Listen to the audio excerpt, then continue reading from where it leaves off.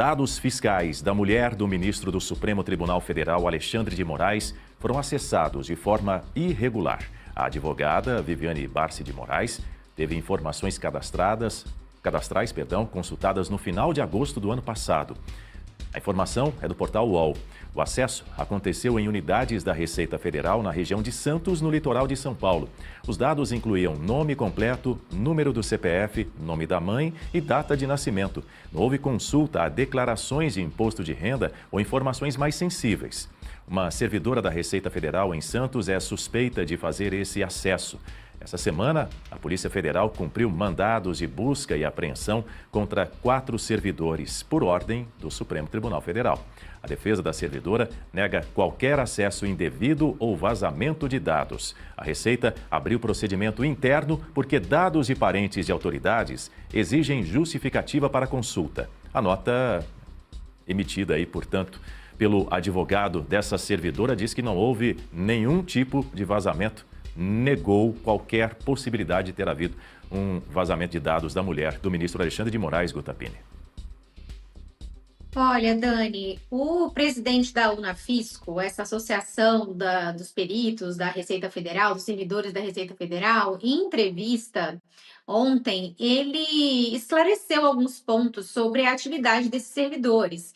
Então, vejam, a Receita Federal, através de seus servidores, ela pode consultar esses dados. Isso não significa necessariamente a quebra do sigilo. Ele disse que acontece também muito por curiosidade de servidores que querem saber, querem consultar, querem entender o que está acontecendo. E isso está errado. Isso é uma infração disciplinar, mas isso não significa quebra do sigilo. Muitos deles acessam apenas os dados pessoais de data de aniversário, e não chega a quebrar o sigilo a ponto de vazar esses dados. Então, uma coisa é uma coisa, outra coisa é outra coisa. Não tem justificativa neste momento para a tornozeleira eletrônica, para essas medidas cautelares que foram impostas pelo ministro, apreensão de passaporte, proibição de sair do país.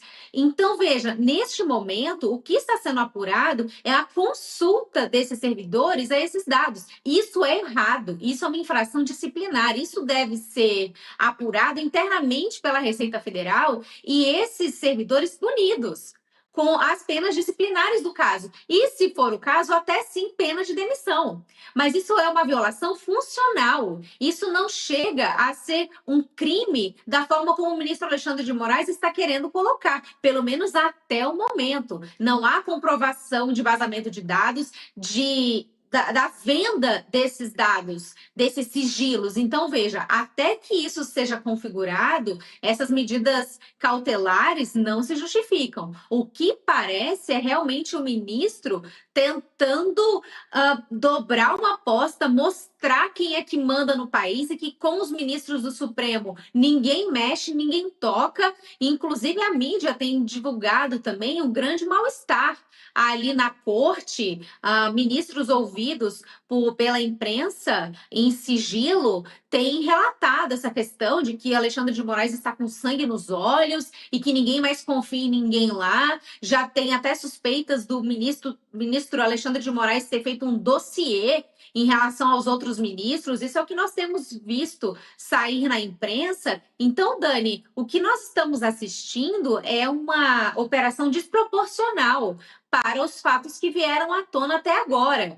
O acesso aos dados de qualquer pessoa, seja um civil, seja uma autoridade, nada disso pode ser feito sem um fundamento, sem uma razão para tal. Mas a resposta do Estado para esse desvio funcional, neste momento, está sendo desproporcional. Uma penalidade disciplinar, uma advertência, suspensão e até mesmo uma demissão. Mas chegar ao ponto de colocar tornozeleira eletrônica, vejam, o que está sendo divulgado agora é que não houve necessariamente um vazamento ou quebra de sigilo, houve uma consulta a dados pessoais. Isso é muito diferente de quebra de sigilo e vazamento de dados. Marcelo Rocha Monteiro já está conosco aqui aparecendo em tela no Jornal da Oeste, primeira edição. Bom dia, Marcelo, seja muito bem-vindo, bom tê-lo conosco.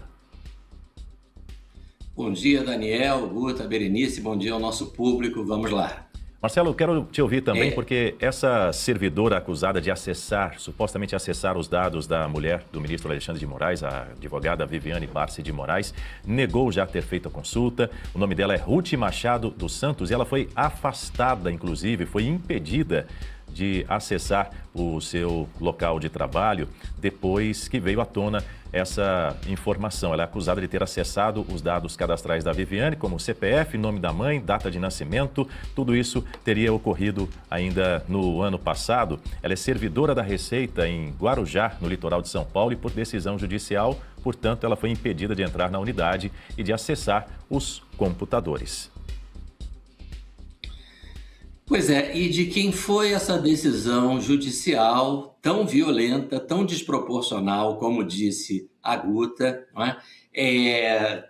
Inclusive com tornozeleira eletrônica, no momento ainda inicial de investigação, de uma servidora que não se sabe se cometeu crime ou se cometeu mera infração disciplinar, mas já está sendo tratada com todo rigor. De quem é essa decisão? Essa decisão é do marido da pessoa que teve os seus dados divulgados.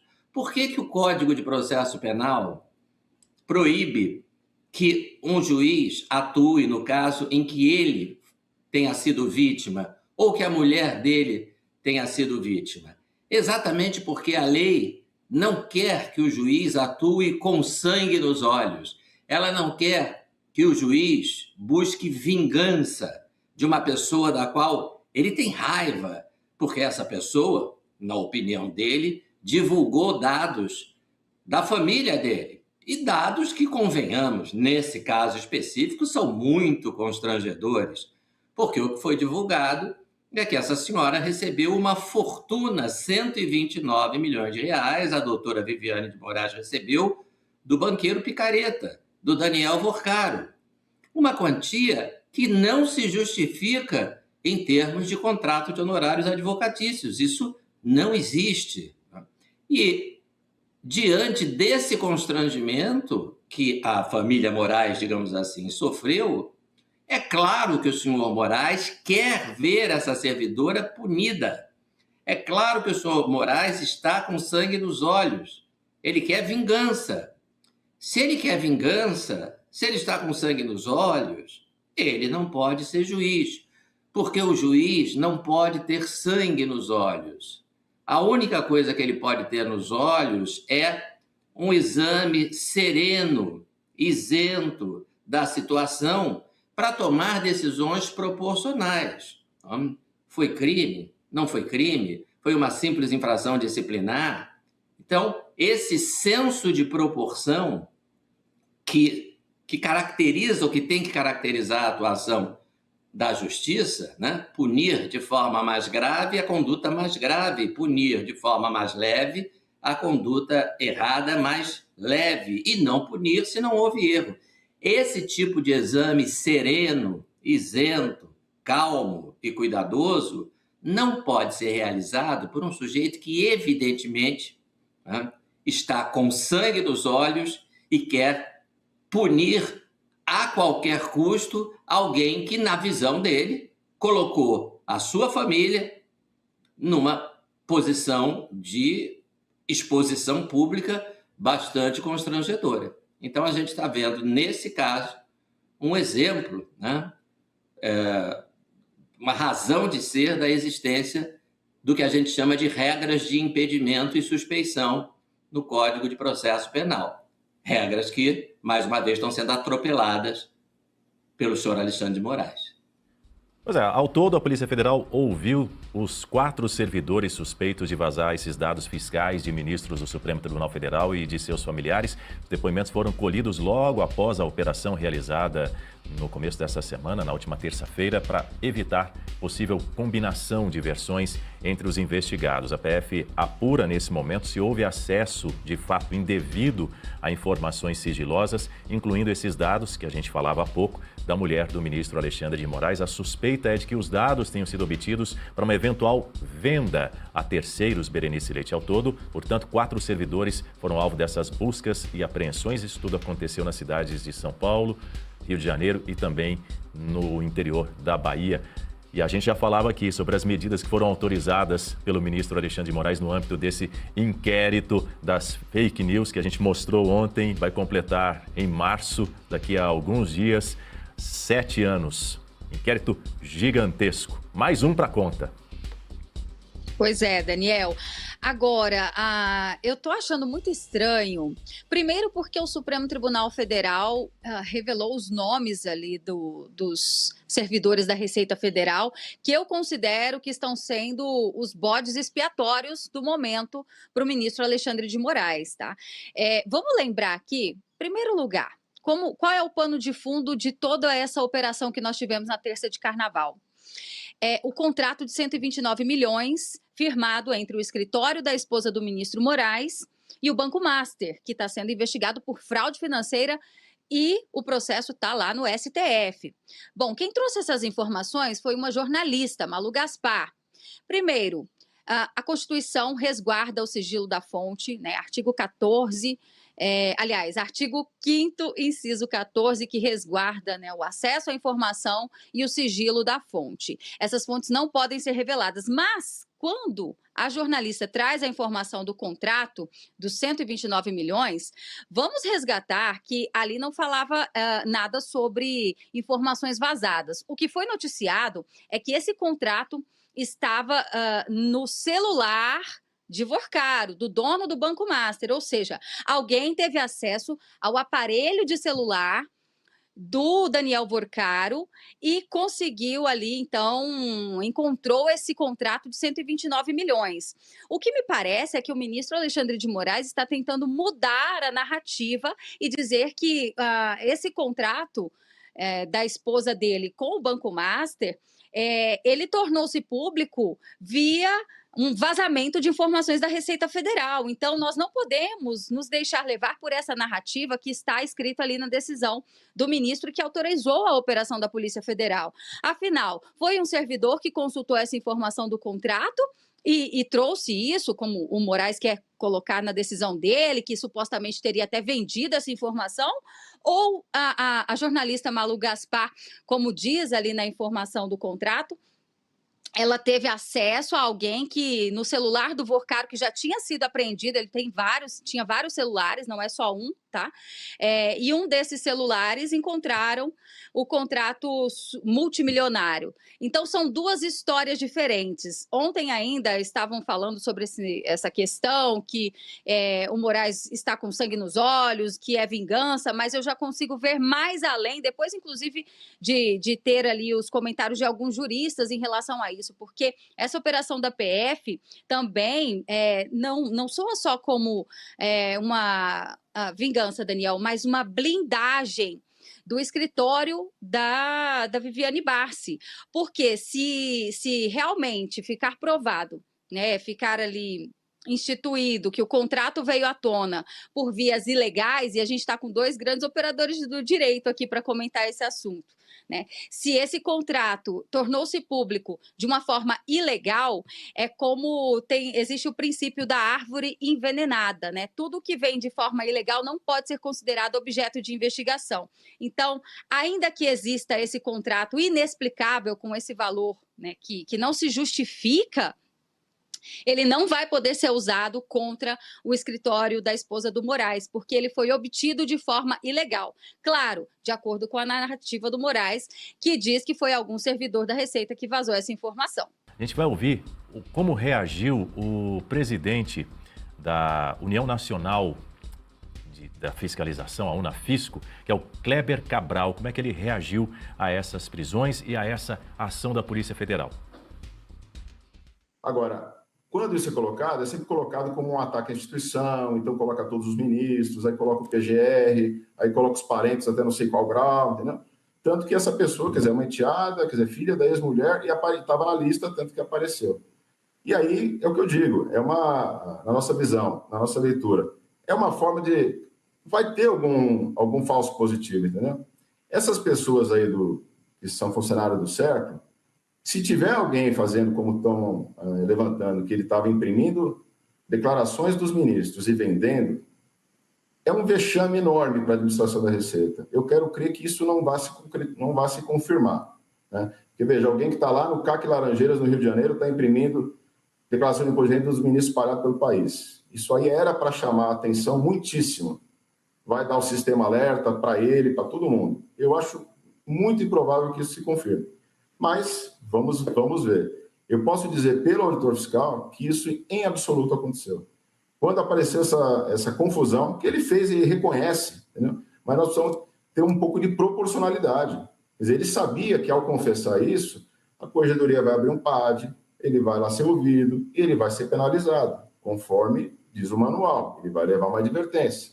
É isso que ele esperava, e não receber a Polícia Federal às 6 horas da manhã, né, fazendo mandado de busca na sua casa e botando uma tornozeleira. Privação de liberdade é algo que precisaria ser motivado. Então, enfim, já cansamos de falar dos inquéritos das fake news, da falta de respeito ao devido processo legal, e a gente está muitíssimo preocupado que isso tenha acontecido novamente.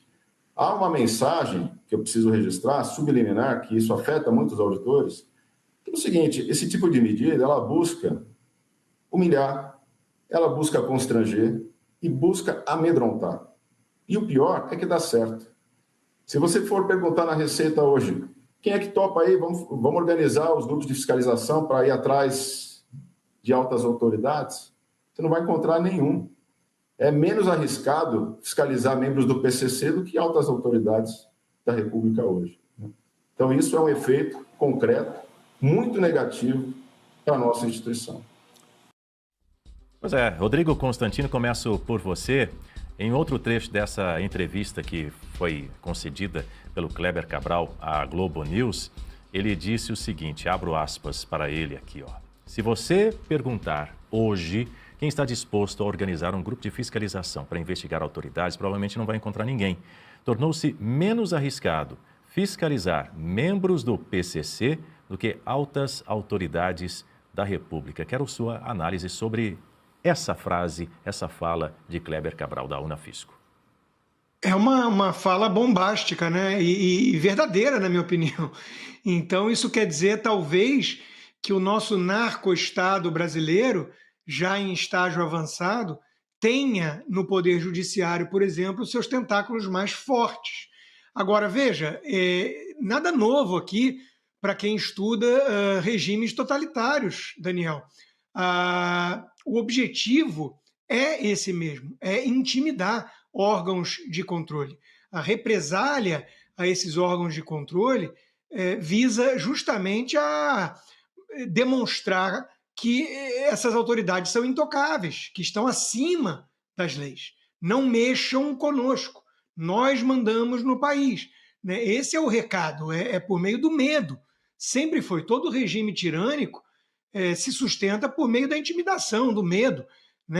Pessoas comuns estão amedrontadas ao ver punições de 14 anos para cabeleireira que usou um batom numa estátua, e servidores da Receita estão com medo porque a polícia bate 6 horas da manhã na casa de 4 servidores, mete tornozeleira eletrônica, confisca passaporte, em vez de fazer ali os ritos processuais adequados para investigar se houve mesmo vazamento, alguma coisa ilegal. Detalhe que, obviamente, isso teria que partir de um pedido do presidente do STF, não foi o caso. Então, é uma ilegalidade em cima da outra e o interesse é um só, mostrar que o establishment é intocável.